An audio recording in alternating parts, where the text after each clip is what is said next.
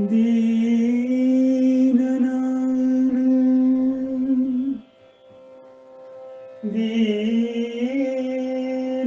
दीननानु समस्त लोक के दानिनी मतिहीन नानु दीन नानु समस्त लोक के दानिनी विचारिसलु मतिहीन नानु विचारिसलु मतिहीन नानु येन बल्लेनु नानु नेरेसु ज्ञानमति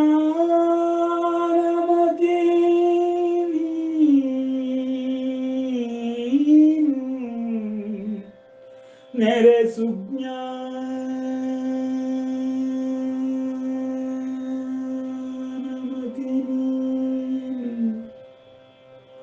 नेरेसु ज्ञानमति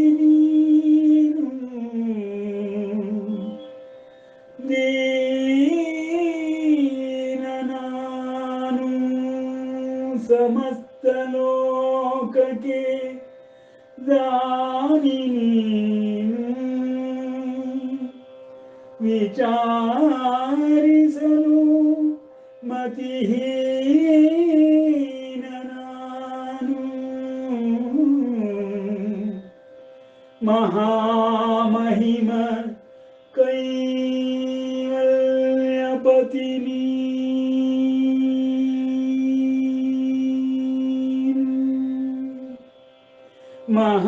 महामहिम कैवल्यपति नीनु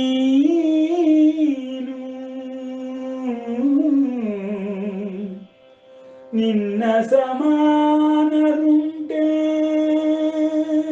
देवा केशवा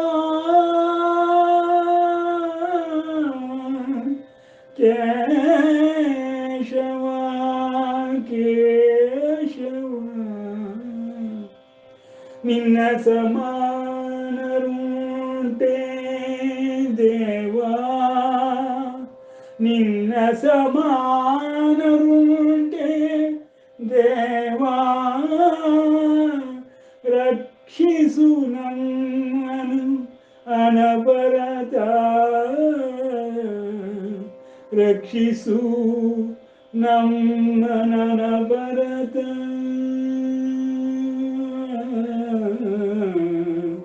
रक्षिसु रक्षिसु रक्षिसु नन्ननवरत देवा रक्षिसु नन्ननवरत।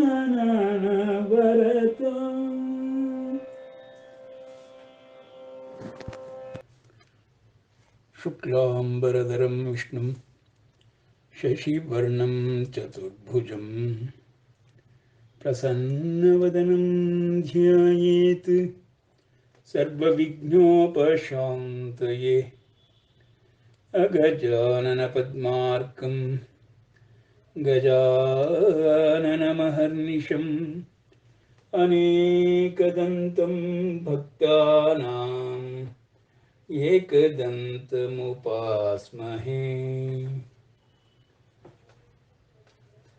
अम्ब त्वामनुसन्दधामि भगवद्गीते भवद्वेषिणीम् न च तस्मान्मनुष्येषु कश्चिन्मे प्रियकृत्तमः भविता न च मे तस्मादन्यप्रियतरो भुवि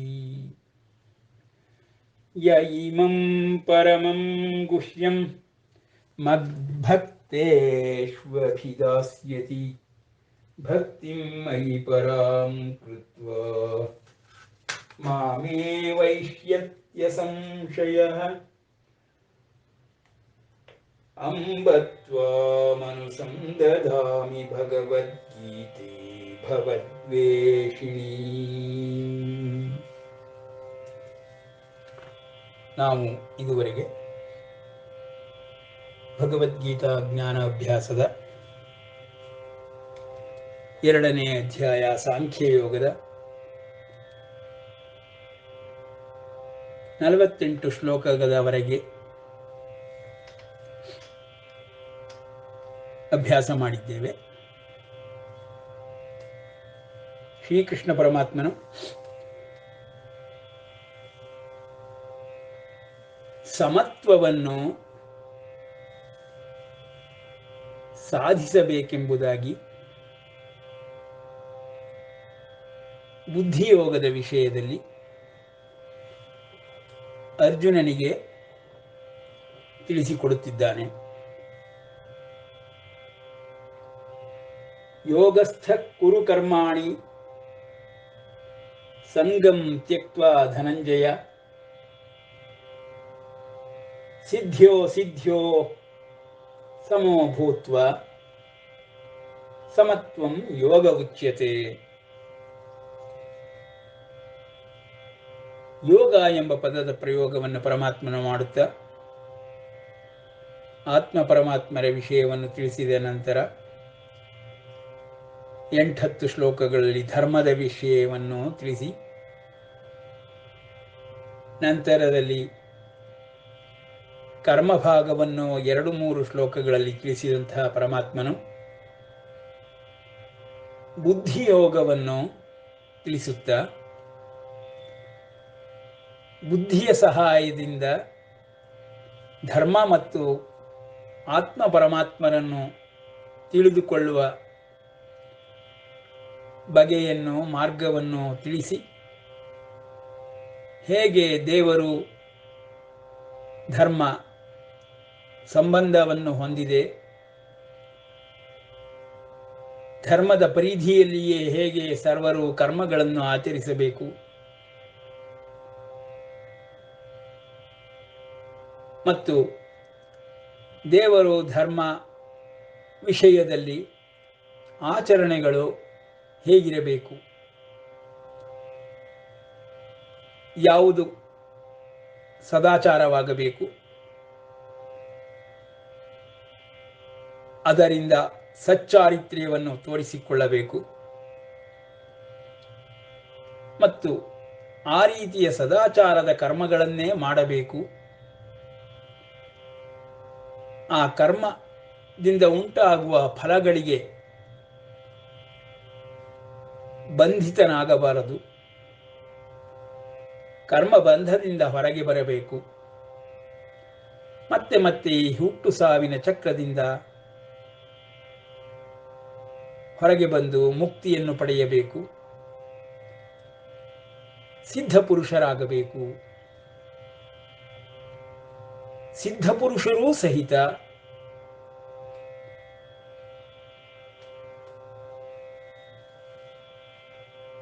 ಈ ಸಮತ್ವವನ್ನು ಕಾಪಾಡಿಕೊಳ್ಳಲು ಬಹಳ ಶ್ರಮವನ್ನು, ಸಾಧನೆಯನ್ನು ಯೋಗದ ಮೂಲಕ ಮಾಡಬೇಕು ಎಂಬುದಾಗಿ ಯೋಗದ ಪದವನ್ನು ಪರಿಚಯಿಸುತ್ತಿದ್ದಾನೆ. ಯೋಗವೆಂಬುದು ಒಂದು ಪ್ರಕ್ರಿಯೆ. ಅದನ್ನು ಬುದ್ಧಿಯೋಗವೆಂಬ ಪ್ರಕ್ರಿಯೆಯನ್ನಾಗಿ ಪರಿವರ್ತಿಸಬೇಕು. ಬುದ್ಧಿಯಿಂದ ಒಡಗೂಡಿದಂತಹ ಯಾವುದೇ ಕರ್ಮವು ಯೋಗದಂತಾಗಬೇಕು. ಯೋಗವಾಗಬೇಕೆಂದರೆ ಬುದ್ಧಿ ಮನಸ್ಸುಗಳಿಂದೊಡಗೂಡಿ ಆತ್ಮ ಪರಮಾತ್ಮನಲ್ಲಿ ನೆಲೆ ನಿಲ್ಲಬೇಕು, ಸಮತ್ವವನ್ನು ಸಾಧಿಸಬೇಕು. ಈ ಒಂದು ಪ್ರಕ್ರಿಯೆಯನ್ನು ಯೋಗವೆಂಬುದಾಗಿ ತಿಳಿಸುತ್ತಾನೆ. ನಮಗೆ ತಿಳಿದಿರುವಂತೆ ಸಾಮಾನ್ಯವಾಗಿ ದೈಹಿಕ ವ್ಯಾಯಾಮವನ್ನು ಮಾಡುವಂತಹ ಅಷ್ಟಾಂಗ ಯೋಗದ ಬಗ್ಗೆ ಪರಮಾತ್ಮನು ತಿಳಿಸುತ್ತಿಲ್ಲ.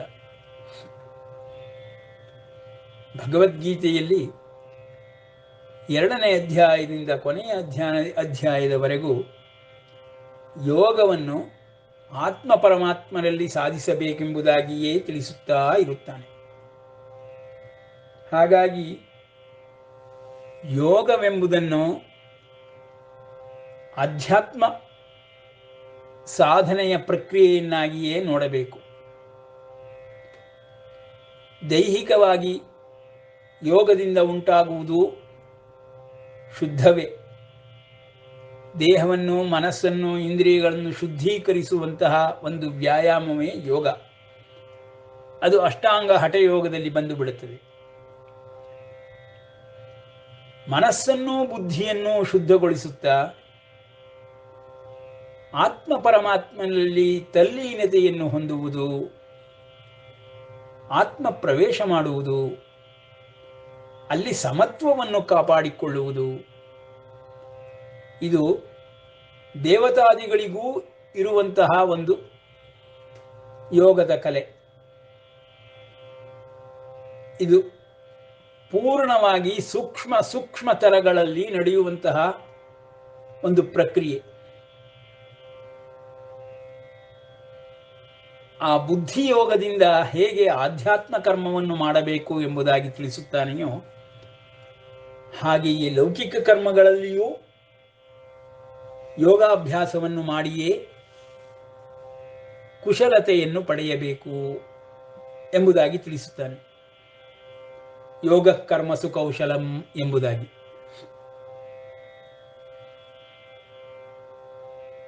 ಹೀಗೆ ಯೋಗ ಪದವನ್ನು ಪರಿಚಯಿಸುತ್ತಾ ಪರಮಾತ್ಮನು ಪ್ರತಿಯೊಬ್ಬ ವ್ಯಕ್ತಿಯೂ ಯೋಗಿಯಾಗಬೇಕು ಎಂಬುದಾಗಿಯೇ ಯೋಗದ ಮಹತ್ವವನ್ನು ವೈಭವೀಕರಿಸುತ್ತಾ ಹೋಗುತ್ತಾನೆ. ಇದು ಆಧ್ಯಾತ್ಮ ಕರ್ಮಗಳಲ್ಲಿ ಮುಖ್ಯವಾದಂತಹ ಪ್ರಕ್ರಿಯೆ. ಜಪ, ತಪಾದಿ, ಧ್ಯಾನಾದಿಗಳು ಯೋಗದ ಅಂಗಗಳೆನ್ನಿಸಿಕೊಳ್ಳುತ್ತದೆ. ಪೂಜೆ, ಉಪಾಸನೆ, ಸ್ಮರಣೆ, ನವವಿಧ ಭಕ್ತಿ ಎಲ್ಲವೂ ಯೋಗದ ಉಪಾಂಗಗಳೇ ಆಗಿದೆ. ಇವೆಲ್ಲದರುಗಳೆಲ್ಲವೂ ಸೇರಿ ಪರಮಾತ್ಮನನ್ನು ಒಲಿಸಿಕೊಳ್ಳುವುದಕ್ಕೆ ಅತ್ಯಂತ ಸುಲಭವಾದ ಮಾರ್ಗಗಳನ್ನು ಪರಮಾತ್ಮನು ಗೀತೆಯಲ್ಲಿ ಮುಂದೆ ಕೊಡುತ್ತಾ ಹೋಗುತ್ತಾನೆ. ಅದು ಧ್ಯಾನ ಯೋಗದಲ್ಲಿ ವಿವರವಾಗಿ 6ನೇ ಅಧ್ಯಾಯದಲ್ಲಿ ಪರಮಾತ್ಮನು ಯೋಗ ಮತ್ತು ಯೋಗ ಸಿದ್ಧಿಯ ಬಗ್ಗೆ ತಿಳಿಸುತ್ತಾನೆ. ಇಲ್ಲಿ ಕರ್ಮದ ವಿಷಯದಲ್ಲಿ ತಿಳಿಸುತ್ತಾ ಆಧ್ಯಾತ್ಮ ಕರ್ಮಗಳಿಗೆ ಒಂದು ಪ್ರಕ್ರಿಯೆಯನ್ನಾಗಿ ಯೋಗವನ್ನು ಆರಿಸಿಕೊಳ್ಳಬೇಕು. ಆ ಯೋಗದಿಂದ ಯೋಗಿ ಎನಿಸಿಕೊಳ್ಳುವಂತಹ ಸಾಧಕನು ಯೋಗಾರೂಢನಾಗಿ ಆಧ್ಯಾತ್ಮ ಪಯಣವನ್ನು ಆರಂಭಿಸಿ ಅಲ್ಲಿಯ ಸಿದ್ಧಿಗಳನ್ನು ಪಡೆದುಕೊಂಡು ಸಿದ್ಧನಾಗಿ ಆ ನಂತರದಲ್ಲಿ ಯೋಗದ ಮೂಲಕ ಸಮತ್ವವನ್ನು ಕಾಪಾಡಿಕೊಂಡು ಸಮಚಿತ್ತವನ್ನು, ಸಮಪ್ರಜ್ಞೆಯನ್ನು, ಸಮಾಧಿಯನ್ನು ಮತ್ತು ಆತ್ಮನಲ್ಲಿ ನೆಲೆ ನಿಲ್ಲುವ ಸಮಸ್ಥಿತಿಯನ್ನು ಅಭ್ಯಾಸ ಮಾಡಬೇಕು. ಹೀಗೆ ಯೋಗದ ಹಲವಾರು ಪ್ರಕ್ರಿಯೆಗಳುಂಟು. ಅದನ್ನು ತಿಳಿಸುತ್ತಾ ಪರಮಾತ್ಮನು ಯೋಗಸ್ಥ ಕುರು ಕರ್ಮಾಣಿ, ಯೋಗಿಯಾಗುವಂತೆ ಮಾಡುವ ಎಲ್ಲ ಕರ್ಮಗಳ ಬಗ್ಗೆಯೂ ಪರಮಾತ್ಮನು ಯೋಗಸ್ಥ ಆಗಬೇಕು ಎಂದು ತಿಳಿಸುತ್ತಿದ್ದಾನೆ. ಸಂಗಂ ತ್ಯಕ್ತ್ವಾ ಧನಂಜಯ, ಬಾಹ್ಯ ಪ್ರಪಂಚದ ವಿಷಯಗಳ ಸಂಘವನ್ನು ತ್ಯಜಿಸಬೇಕು, ಅಂತರಂಗದ ಪಯಣವನ್ನು ಆರಂಭಿಸಬೇಕು. ಅಂತರಂಗದ ಪಯಣವೇ ಯೋಗವೆನಿಸಿಕೊಳ್ಳುತ್ತದೆ. ಆ ಯೋಗ ಕರ್ಮಗಳನ್ನು ನೀನು ಮಾಡಬೇಕು ಎಂಬುದಾಗಿ ಯೋಗಿಯ ಕರ್ಮಗಳನ್ನು, ಪ್ರಕ್ರಿಯೆಗಳನ್ನು ತಿಳಿಸುತ್ತಾ ಪರಮಾತ್ಮನು ಅದರ ಗುರಿಯನ್ನು, ಹಲವಾರು ಮಜಲುಗಳನ್ನು ತಿಳಿಸಿಕೊಡುತ್ತಿದ್ದಾನೆ. ಯಾವಾಗ ಸಮಾಧಿಯನ್ನು ನೀನು ತಲುಪುತ್ತೀಯೋ ಆಗ ಆ ಸಮತ್ವವನ್ನೇ ಯೋಗ ಎಂಬುದಾಗಿ ತಿಳಿಸುತ್ತಾರೆ. ಅವನು ಯೋಗಿಯಾಗಿದ್ದಾನೆಂಬುದನ್ನು ಆ ಸಮತ್ವದ ಲಕ್ಷಣಗಳಿಂದ ಅರ್ಥ ಮಾಡಿಕೊಳ್ಳಬಹುದು. ಅದು ಪರಿಪೂರ್ಣತ್ವದ ಕಡೆಗೆ ಸಾಗುತ್ತದೆ ಇರುತ್ತದೆ ಎಂಬುದಾಗಿ ಪರಮಾತ್ಮನು ಇಲ್ಲಿ ಯೋಗದ ಸಮತ್ವ ಸ್ಥಿತಿಯನ್ನು ಮತ್ತು ಪ್ರಕ್ರಿಯೆಗಳನ್ನು ತಿಳಿಸಿಕೊಡುತ್ತಿದ್ದಾನೆ. ನೋಡಿ, ಪರಮಾತ್ಮನು ಸಿದ್ಧ್ಯಾ ಅಸಿದ್ಧ್ಯೋ ಸಮೋ ಭೂತ್ವ ಎಂಬುದಾಗಿ ತಿಳಿಸುವುದರ ಮೂಲಕ ದೇವತಾದಿಗಳಿಗೂ ಸಿದ್ಧಪುರುಷರುಗಳಿಗೂ ಮಾರ್ಗದರ್ಶನವನ್ನು ಕೊಡುತ್ತಲಿದ್ದಾನೆ. ಆದುದರಿಂದಲೇ ಇದು ಬ್ರಹ್ಮವಿದ್ಯೆ ದೇವತಾದಿಗಳಿಗೂ ಇನ್ನೂ ಕರಗತವಾಗದಂತಹ ವಿದ್ಯೆಯಾಗಿಯೇ ಉಳಿದಿರುತ್ತದೆ. ನಚಿಕೇತ ಉಪಾಖ್ಯಾನದಲ್ಲಿ ನಾವು ಕಂಡಂತೆ ನಚಿಕೇತನು ಕೇಳುವ 3 ವರಗಳಲ್ಲಿ ಕೊನೆಯ 3ನೆಯ ವರವಾಗಿ ಯಮಧರ್ಮನಿಗೆ ನನಗೆ ಆತ್ಮವಿದ್ಯೆಯನ್ನು ತಿಳಿಸಿಕೊಡು, ಸತ್ತ ನಂತರದಲ್ಲಿ ಆತ್ಮನ ಗತಿಯನ್ನು, ಆತ್ಮನ ಸ್ಥಿತಿಯನ್ನು ನನಗೆ ತಿಳಿಸಿಕೊಡು ಎಂಬುದಾಗಿ ಕೇಳಿಕೊಳ್ಳುತ್ತಾನೆ. ಯಮಧರ್ಮನು ನಚಿಕೇತನಿಗೆ ಅದೊಂದನ್ನು ಹೊರತಾಗಿ ಏನನ್ನು ಬೇಕಾದರೂ ಕೇಳು, ಆತ್ಮವಿದ್ಯೆಗೆ ಸಂಪೂರ್ಣವಾಗಿ ತಿಳಿಸಿಕೊಡುವ ಕಲೆ ನನಗೆ ತಿಳಿದಿಲ್ಲ, ನಾನೂ ಅದನ್ನು ಸಂಪೂರ್ಣವಾಗಿ ತಿಳಿದವನಲ್ಲ. ಆದ ಕಾರಣದಿಂದ ಅದೊಂದನ್ನು ಹೊರತಾಗಿ ಯಾವ ವರವನ್ನಾದರೂ ಬೇಡಿಕೋ ಎಂದು ಕೇಳುತ್ತಾನೆ. ಅದರಿಂದ ಏನು ತಿಳಿಯುತ್ತದೆ ಎಂದರೆ, ದೇವತಾದಿಗಳಿಗೂ ಬ್ರಹ್ಮವಿದ್ಯೆ ಅಥವಾ ಆತ್ಮವಿದ್ಯೆಯ ವಿಷಯದಲ್ಲಿ ಪರಿಪೂರ್ಣ ಜ್ಞಾನವನ್ನು ಪಡೆದುಕೊಳ್ಳಲು ನಿರಂತರ ಸಾಧನೆ ಪ್ರಕ್ರಿಯೆಗಳನ್ನು ಮಾಡುತ್ತಲೇ ಇರುತ್ತಾರೆ ಎಂಬುದಾಗಿ ಅರ್ಥ. ಆ ಕಾರಣದಿಂದ ಪರಮಾತ್ಮನು ಸಿದ್ಧ್ಯಾ ಅಸಿದ್ಧ್ಯೋಹೋ ಸಮೋ ಭೂತ್ವ, ಸಮತ್ವಂ, ಆ ಸಮತ್ವವನ್ನು ಕಾಪಾಡಿಕೊಳ್ಳಬೇಕು ಎಂಬುದಾಗಿ ಅದನ್ನೇ ಯೋಗ ಉಚ್ಯತೆ ಎಂದು ತಿಳಿಸುತ್ತಲಿದ್ದಾನೆ. ನೋಡಿ, ಶ್ರೀಕೃಷ್ಣ ಪರಮಾತ್ಮನು ಮಹಾವಿಷ್ಣುವಿನ ಅಂಶಾವತಾರಿ ಆದಾಗ್ಯೂ ಭಗವದ್ಗೀತೆಯಲ್ಲಿ ಮೊದಲಿನಿಂದ ಕೊನೆಯವರೆಗೆ 4-6 ಸಲ 16 ಸಲ ಓದಿದಾಗ್ಯೂ ಕೆಲವು ಮರ್ಮಗಳನ್ನು ನೇರವಾಗಿ ತಿಳಿಸುವುದೇ ಇಲ್ಲ. ನಾವು ಇಂಗಿತದಲ್ಲಿ ಕೆಲವನ್ನು ಅರ್ಥ ಮಾಡಿಕೊಳ್ಳಬೇಕು. ಇದು ರಹಸ್ಯತಮವಾಗಿಯೇ ಉಳಿಯಬೇಕೆಂಬುದಾಗಿ ಪರಮಾತ್ಮನ ಕೊನೆಯ ಶ್ಲೋಕಗಳಲ್ಲಿ 18ನೇ ಅಧ್ಯಾಯದಲ್ಲಿ ನನ್ನ ಭಕ್ತರಿಗೆ ಮಾತ್ರ ತಿಳಿಸಬೇಕು, ಆ ಅರ್ಹತೆಯನ್ನು ಪಡೆದುಕೊಂಡವರಿಗೆ ಮಾತ್ರ ಈ ಒಂದು ಬ್ರಹ್ಮವಿದ್ಯೆಯನ್ನು, ಬ್ರಹ್ಮವಿದ್ಯಾ ಜ್ಞಾನವನ್ನು ಕರುಣಿಸಬೇಕು ಎಂಬುದಾಗಿ ತಿಳಿಸುತ್ತಾನೆ. ಇವುಗಳೆಲ್ಲವನ್ನು ನೋಡಿದಾಗ ಬ್ರಹ್ಮವಿದ್ಯೆಯ ವಿಷಯದಲ್ಲಿ ಕೆಲವು ಮರ್ಮಗಳಿವೆ. ಅದರಲ್ಲಿ ಮುಖ್ಯವಾಗಿ 2 ಮರ್ಮಗಳನ್ನು ಪರಮಾತ್ಮನು ಎಲ್ಲೂ ಬಿಟ್ಟು ಕೊಡುವುದೇ ಇಲ್ಲ.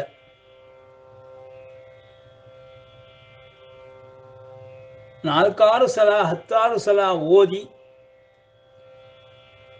ಗುರುಮುಖೇಣ ಅಭ್ಯಾಸ ಮಾಡಲು ಆರಂಭಿಸಿದಾಗಲೇ ಆ ಮರ್ಮಗಳು ತಿಳಿಯುವುದು. ಬ್ರಹ್ಮಜ್ಞಾನಕ್ಕೆ ಗುರುಗಳು ಅತ್ಯಂತ ಪರಿಶ್ರಮದಿಂದಷ್ಟೇ ದೊರಕುವರು. ಎಷ್ಟು ಹುಡುಕಿದರೂ ಅಷ್ಟು ಸುಲಭವಾಗಿ ಸಿಕ್ಕಲಾರರು. ತದ್ವಿದ್ಧಿ ಪ್ರಣಿಪಾತೇನ ಪರಿಪ್ರಶ್ನೇನ ಸೇವೆಯ ಉಪದೇಕ್ಷ್ಯಂತಿ ತೇ ಜ್ಞಾನಂ ಜ್ಞಾನಿನಃ ತತ್ವದರ್ಶಿನಃ. ತತ್ವ ಮತ್ತು ತತ್ವದರ್ಶಿ ಮತ್ತು ತತ್ವಜ್ಞಾನವನ್ನು ಕೊಡುವಂಥವನು ಬಹಳ ಅಪರೂಪ. ಆ ಕಾರಣದಿಂದಲೇ ಈ ಬ್ರಹ್ಮವಿದ್ಯೆ ರಹಸ್ಯತಮವಾಗಿಯೇ ಉಳಿದುಕೊಂಡು ಬಂದಿದೆ. ಎಲ್ಲ ರೀತಿಯ ಯೋಗ ಸಿದ್ಧಿಗಳನ್ನು ಪರಮಾತ್ಮನು ವಿವರವಾಗಿ ತಿಳಿಸುವುದೇ ಇಲ್ಲ. ಎಲ್ಲ ಯೋಗ ಸಿದ್ಧಿಗಳನ್ನು ನಾವು ಪ್ರಾಕೃತಿಕ ಜಗತ್ತಿನಲ್ಲಿ ಸಾಧಕರುಗಳಿಂದ ನೋಡಿ ತಿಳಿದುಕೊಳ್ಳಬೇಕೇ ಹೊರತು ಪರಮಾತ್ಮನು ಒಂದೊಂದಾಗಿ 64 ವಿದ್ಯೆಗಳನ್ನು ಅದಕ್ಕಿರುವ ಸಿದ್ಧಿಗಳನ್ನು ತಿಳಿಸುವುದೇ ಇಲ್ಲ. ಇವುಗಳೆಲ್ಲವನ್ನು ಅಭ್ಯಾಸ ಮಾಡಿ ವೇದಜ್ಞರಾದಂತಹ ಋಷಿಮುನಿಗಳು ನಮ್ಮಗಳಿಗೆ ಅವರ ಜೀವನ ಕ್ರಮದಿಂದಲೇ ತಿಳಿಸಿಕೊಟ್ಟಿರುತ್ತಾರೆ. ಬ್ರಹ್ಮಾನುಭವಿಗಳಾದಂತಹ ಮಹಿಮರು ಯೋಗ ಸಿದ್ಧಿಗಳನ್ನು ಮತ್ತು ಆಧ್ಯಾತ್ಮ ಜ್ಞಾನದ ಮರ್ಮಗಳನ್ನು ತಿಳಿಸಿಕೊಡುತ್ತಾರೆ. ಸಾಮಾನ್ಯ ಪ್ರಪಂಚದಲ್ಲಿ ನಾವು ಎಲ್ಲ ವಿದ್ಯೆಗಳಲ್ಲೂ ಈ ಒಂದು ರಹಸ್ಯವನ್ನು ಕಾಪಾಡಿಕೊಳ್ಳುವುದನ್ನು ನೋಡಬಹುದು. ಸಂಪೂರ್ಣವಾಗಿ ಎಲ್ಲವನ್ನೂ ತಿಳಿಸಿಕೊಡುವುದಿಲ್ಲ. ಕೆಲವು ಮರ್ಮಗಳನ್ನು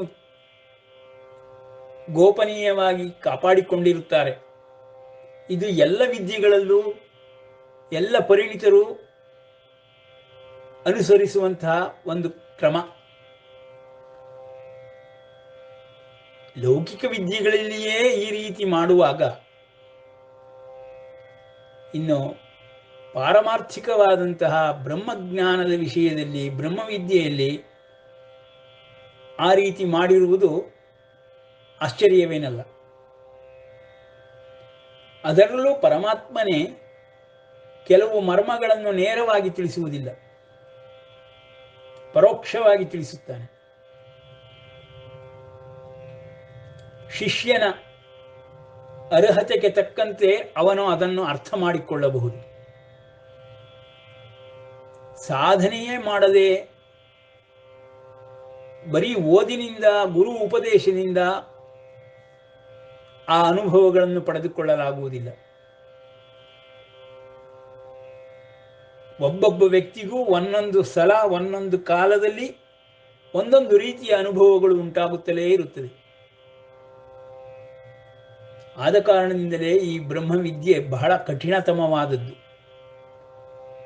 ಪ್ರಯೋಗಾತ್ಮಕವಾಗಿಯೂ ಸಾಧಿಸಲೇಬೇಕಾದಂಥದ್ದು. ಇಂತಹ ಒಂದು ಸನಾತನ ಧರ್ಮದ ಜ್ಞಾನವನ್ನು ನಮಗೆ ಶ್ರೀಕೃಷ್ಣನು ಅರ್ಜುನನನ್ನು ನೆವವನ್ನಾಗಿಟ್ಟುಕೊಂಡು ಕರುಣಿಸಿದ್ದಾನೆ. ಎಲ್ಲವನ್ನೂ ತಿಳಿಸಿದ್ದಾನೆ. ಪರಮಾತ್ಮನು ಯಾವುದನ್ನೂ ತಿಳಿಸದೆ ನಮಗೆ ಅನ್ಯಾಯವನ್ನು ಮಾಡಿಲ್ಲ. ನಾವುಗಳು ಅದನ್ನು ಸರಿಯಾಗಿ ತಿಳಿಸದೆ ಅರ್ಥ ಮಾಡಿಕೊಳ್ಳದೆ ಅಪಚಾರವನ್ನು ಮಾಡುತ್ತೇವೆ. ಅವನ ಕಾರುಣ್ಯಕ್ಕೆ ನಾವು ಉಪಕೃತರಾಗಿ ಸದಾ ಅವನನ್ನು ಸ್ಮರಣೆ ಮಾಡಬೇಕು, ಉಪಾಸನೆ ಮಾಡಬೇಕು, ಒಲಿಸಿಕೊಳ್ಳಬೇಕು. ಈ ರೀತಿ ಪರಮಾತ್ಮನು ಈ ಒಂದು ಜ್ಞಾನವನ್ನು ಅರ್ಜುನನಿಗೆ ಕರುಣಿಸುವ ಮೂಲಕ ಸಕಲ ಜೀವರಾಶಿಗಳಿಗೂ ಕರುಣಿಸುತ್ತಾ ವ್ಯವಸ್ಥೆಯನ್ನೇ ವಿವರಿಸುತ್ತಿದ್ದಾನೆ. ಈ ದಿವ್ಯ ವ್ಯವಸ್ಥೆಯಲ್ಲಿ ಯಾವುದೇ ರೀತಿಯ ಲೋಪದೋಷಗಳಿಲ್ಲ, ಯಾವುದೇ ರೀತಿಯ ಮೋಸವಿಲ್ಲ, ವಂಚನೆ ಇಲ್ಲ. ಎಲ್ಲರೂ ಎಲ್ಲವನ್ನೂ ಅಭ್ಯಾಸ ಮಾಡಬಹುದು, ಯೋಗ ಸಿದ್ಧಿಗಳನ್ನು ಪಡೆದುಕೊಳ್ಳಬಹುದು. ಈ ಮಾಯಾಶಕ್ತಿ ಎಲ್ಲವನ್ನು ಆವರಿಸಿಕೊಂಡಿದ್ದಾಗಿಯೂ ಮಾಮೇವ ಪ್ರಪದ್ಯಂತೆ, ನನ್ನನ್ನೇ ಹೊಂದುವರು. ಈ ಮಾಯಾಶಕ್ತಿಯನ್ನು, ಮಾಯಾ ತೆರೆಯನ್ನು ದಾಟುವರು. ನನ್ನನ್ನೇ ಅರಸುತ್ತಾ ಬಂದಂಥವರಿಗೆ ನಾನು ದೊರಕಿಯೇ ದೊರಕುತ್ತೇನೆ. ಮಮ ಮಾಯಾ ದುರತ್ಯಯ ಎಂದು ಹೇಳಿದಾಗ್ಯೂ ಆ ಮಾಯೆಯನ್ನು ದಾಟಲು ನಾನೇ ಅವರಿಗೆ ಸಹಾಯ ಮಾಡುತ್ತೇನೆ ಎಂಬ ಅಭಯವಾಕ್ಯಗಳನ್ನು ಪರಮಾತ್ಮನು ಕೊಡುತ್ತಾನೆ. ಇದು ಪ್ರತಿಯೊಬ್ಬ ಭಕ್ತನ, ಸಾಧಕನ ಜೀವನದಲ್ಲೂ ನೋಡಬಹುದಂಥ ಹೇರಳವಾಗಿ ಸಾಕ್ಷಿಗಳು, ಪ್ರಮಾಣಗಳು, ಸಾಬೀತುಗಳು ದೊರಕುತ್ತದೆ. ಅಷ್ಟು ವಿಸ್ತಾರವಾಗಿರುವಂತಹ ಈ ಬ್ರಹ್ಮವಿದ್ಯೆ ಕೇವಲ 74 ಶ್ಲೋಕಗಳಲ್ಲಿ 2ನೇ ಅಧ್ಯಾಯದಲ್ಲಿ ಪರಮಾತ್ಮನು ಸೂಚ್ಯಾರ್ಥವಾಗಿಯೇ ತಿಳಿಸಿಬಿಡುತ್ತಾನೆ. ಆದರೆ ಅರ್ಜುನನ ಪ್ರಶ್ನೆಗಳ ಕಾರಣದಿಂದ ನಮಗೆ ಎಲ್ಲವೂ ವಿವರವಾಗಿ 17 ಅಧ್ಯಾಯಗಳಲ್ಲಿ ಮುಂದೆ ದೊರಕುತ್ತದೆ. ಅದಕ್ಕಾಗಿ ನಾವು ಅರ್ಜುನನಿಗೆ ಚಿರಋಣಿಯಾಗಿರಬೇಕು. ಯೋಗಸ್ಥಃ ಕುರು ಕರ್ಮಾಣಿ ಸಂಗಂ ತ್ಯಕ್ತ್ವಾ ಧನಂಜಯ, ಸಿದ್ಧ್ಯ ಅಸಿದ್ಧ್ಯೋ ಸಮೋ ಭೂತ್ವಾ ಸಮತ್ವಂ ಯೋಗ ಉಚ್ಯತೆ. ದೂರೇಣ ಹ್ಯವರಂ ಕರ್ಮ ಬುದ್ಧಿಯೋಗಾದ್ ಧನಂಜಯ, ಬುದ್ಧೌ ಶರಣಮನ್ವಿಚ್ಛ ಕೃಪಣಾಃ ಫಲಹೇತವಃ.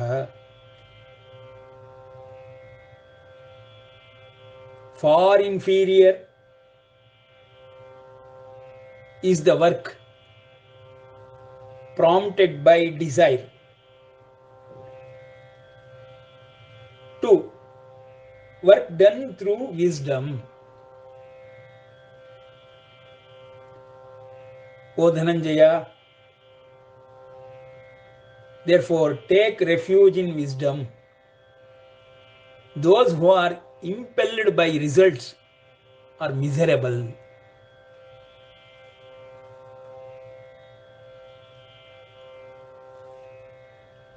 ಕಾಮ್ಯ ಕರ್ಮಗಳನ್ನು ಮಾಡುವ ಗೋಜಿಗೆ ಹೋಗಬೇಡ. ಏಕೆಂದರೆ ಫಲಹೇತವಃ, ಫಲದ ಕಾರಣದಿಂದಾಗಿ ಯಾವುದೇ ಕರ್ಮವನ್ನು ನೀನು ಮಾಡಲು ಹೊರಟರೆ ಫಲಗಳು ನಿನ್ನನ್ನು ಬಂಧಿಸುತ್ತದೆ. ಕರ್ಮವಿಲ್ಲದೆ ಫಲವಿಲ್ಲ. ಮಾಡುವ ಕರ್ಮವೆಲ್ಲವೂ ಫಲವನ್ನು ಕೊಡುತ್ತದೆ. ಆ ಫಲವು ಮನುಷ್ಯನನ್ನು ಬಂಧಿಸುತ್ತದೆ. ಅವಶ್ಯಂ ಅನುಭೋಕ್ತವ್ಯಂ ಅಂತ.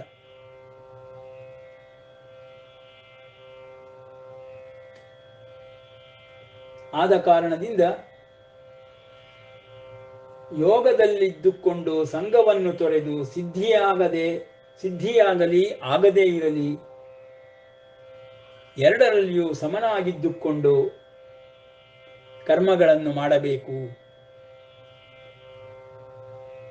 ಬುದ್ಧಿಯೊಡಗೂಡಿದಂತಹ ಕರ್ಮಕ್ಕಿಂತಲೂ ಬುದ್ಧಿ ಇಲ್ಲದೆ ಮಾಡುವಂತಹ ಕರ್ಮಗಳು ಕೀಳಾದ ಕರ್ಮಗಳು. ಆದುದರಿಂದ ಬುದ್ಧಿಯೊಡಗೂಡಿದ ಕರ್ಮಗಳನ್ನೇ ಮಾಡಬೇಕು. ಮತ್ತು ಫಲವನ್ನು ಬಯಸಿ ಯಾವ ಕರ್ಮವನ್ನು ಮಾಡಲು ಉದ್ಯುಕ್ತನಾಗಬೇಡ. ಕಾರಣವೇನೆಂದರೆ ಕರ್ಮ ಫಲಗಳಿಂದ ಬಂಧಿಯಾಗುತ್ತೀಯ. ಕರ್ಮ ಬಂಧವನ್ನು ಬಿಡಿಸಿಕೊಳ್ಳಲಾಗದೆ ಪುನಃ ಪುನಃ ಜನನವನ್ನು ಹೊಂದಬೇಕಾಗುತ್ತದೆ. ಪುನರಪಿ ಜನನಂ ಪುನರಪಿ ಮರಣಂ ಪುನರಪಿ ಜನನಿ ಜಠರೇ ಶಯನಂ ಎಂಬುದಾಗಿ ಶಂಕರಾಚಾರ್ಯರು ಹೇಳಿದಂತೆ, ಈ ಹುಟ್ಟು ಸಾವುಗಳ ಚಕ್ರದಿಂದ ಬಿಡುಗಡೆ ಹೊಂದುವುದಕ್ಕೆ ಕರ್ಮಬಂಧವನ್ನು ಬಿಡಿಸಿಕೊಳ್ಳುವುದೇ ಏಕೈಕ ಮಾರ್ಗ. ಅದನ್ನು ಬುದ್ಧಿಯಿಂದ ಸಾಧಿಸಬೇಕು. ಆದುದರಿಂದ ಬುದ್ಧಿಯುಕ್ತನಾಗಿ ಯೋಗ ಕರ್ಮವನ್ನೇ ಮಾಡುವವನಾಗು. ಸದಾಕಾಲದಲ್ಲಿಯೂ ಕರ್ಮ ಬಂಧವಾಗದ ರೀತಿಯಲ್ಲಿ ಕರ್ಮಗಳನ್ನು ಮಾಡುವಂತೆ ಧರ್ಮದ ಪಥದಲ್ಲಿಯೇ ಸಾಗಬೇಕು. ಅಂತಹ ಹೀನ ಕರ್ಮಗಳನ್ನು ಫಲಕ್ಕೋಸ್ಕರವಾಗಿ ಮಾಡಬೇಡ. ಕೃಪಣಾಃ ಫಲಹೇತವಃ, ಆಸೆಯೇ ದುಃಖಕ್ಕೆ ಕಾರಣ ಎಂಬುದಾಗಿ ಬುದ್ಧನು ತಿಳಿಸಿದಂತೆ, ಆಸೆಯೇ ಕರ್ಮವನ್ನು ಮಾಡಿಸುತ್ತದೆ, ಫಲಕ್ಕಾಗಿ ಕರ್ಮವನ್ನು ಮಾಡಿಸುತ್ತದೆ. ಆ ಫಲವು ಪ್ರತಿಯೊಬ್ಬ ಮನುಷ್ಯನನ್ನು ಬಂಧಿಸುತ್ತದೆ. ಆದುದರಿಂದ ಆಸೆ ದುಃಖಕ್ಕೆ ಕಾರಣವಾಗುತ್ತದೆ ಎಂಬುದಾಗಿ ಬುದ್ಧನು ತಿಳಿಸಿದ್ದುದು.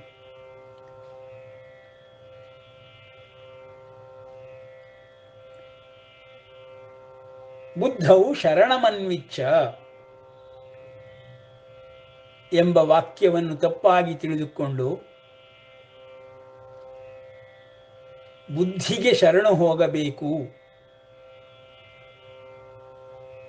ಬುದ್ಧನನ್ನು ಶರಣು ಹೋಗಬೇಕು ಎಂಬುದಾಗಿ ಪ್ರಚಲಿತಕ್ಕೆ ಬಂದು ಬಿಟ್ಟಿತು.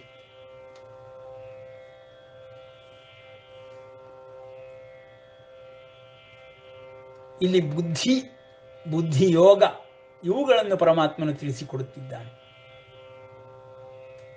ಬುದ್ಧವು ಶರಣಮನ್ವಿಚ್ಛ ಅಂದರೆ ಬುದ್ಧಿ ಇಲ್ಲದೆ ಯಾವ ಕರ್ಮವನ್ನು ನೀನು ಮಾಡಕೂಡದು ಎಂಬುದಾಗಿ ಅರ್ಥ. ಮನಸ್ಸು ಹೇಳಿದಂತೆ ಮಾಡಬೇಡ, ಬುದ್ಧಿ ಹೇಳಿದಂತೆ ಮಾಡಬೇಕು. ಮನಸ್ಸು ಯಾವುದನ್ನಾದರೂ ಬುದ್ಧಿಗೆ ತರ್ಕಕ್ಕೆ ವಿಚಾರಕ್ಕೆ ಓಗೊಡದೆ, ಬುದ್ಧಿಯ ಮಾತನ್ನು ಕೇಳದೆ ತನ್ನಷ್ಟಕ್ಕೆ ತಾನು ನಿರ್ಧಾರಗಳನ್ನು ತೆಗೆದುಕೊಂಡು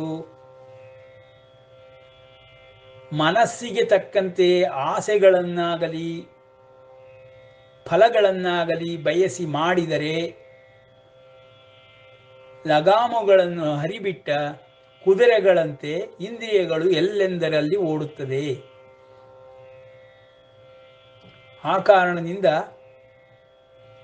ಮನಸ್ಸನ್ನು ಲಗಾಮಿನಂತೆಯೇ ಉಪಯೋಗಿಸಿಕೊಳ್ಳಬೇಕು.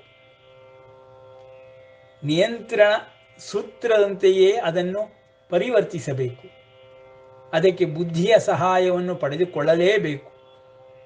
ಆ ಕಾರಣದಿಂದಲೇ ಪರಮಾತ್ಮನು ಬುದ್ಧವು ಶರಣಮನ್ವಿಚ್ಛ ಎಂಬುದಾಗಿ ಹೇಳುತ್ತಿದ್ದಾನೆ.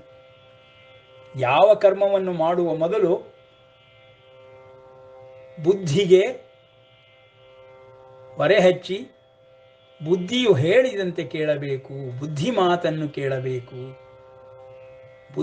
ಬುದ್ಧಿ ಮಾತಿಗೆ ತಕ್ಕಂತೆ ಮಾಡುವವದೇ ನಿಜವಾದ ಯೋಗವೆನಿಸಿಕೊಳ್ಳುತ್ತದೆ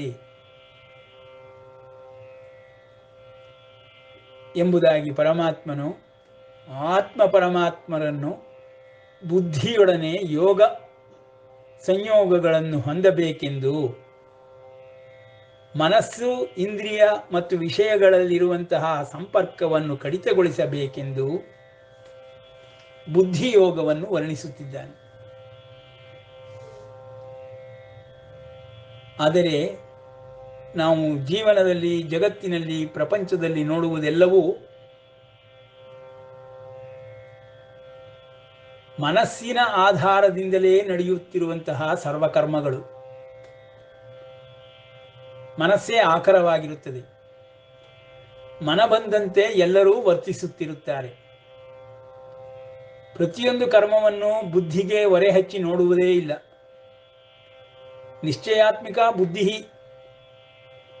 ಬುದ್ಧಿಗೆ ಆ ಶಕ್ತಿ ಇರುವುದಾದರೂ ಬುದ್ಧಿಯನ್ನು ಉಪಯೋಗಿಸಿಕೊಳ್ಳುವುದೇ ಇಲ್ಲ. ಮನಸ್ಸಿಗೆ ತಕ್ಕಂತೆ ವರ್ತಿಸುತ್ತಾರೆ. ಆದುದರಿಂದ ಕಷ್ಟಗಳನ್ನು ಎದುರಿಸಬೇಕಾಗುತ್ತದೆ.